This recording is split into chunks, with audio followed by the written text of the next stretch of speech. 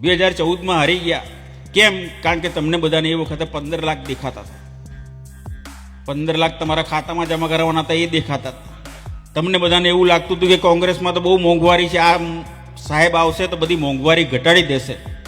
તો સાહેબે શું કર્યું એ મારે વાત નથી કરવી, પણ અમારી સરકાર હતી, અમે 56 રૂપિયા લીટર ડીઝલ આલતા હતા.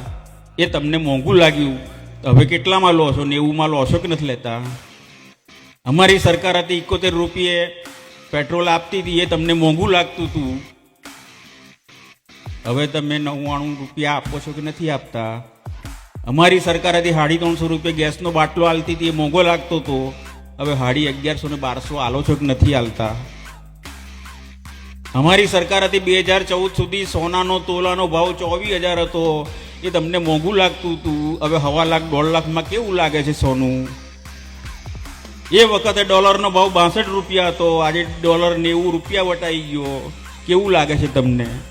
એટલે તમને એવું નથી લાગતું કે આ ભૂલ કરી, કંઈક છેતરાઈ ગયા એવું તમને લાગતું નથી?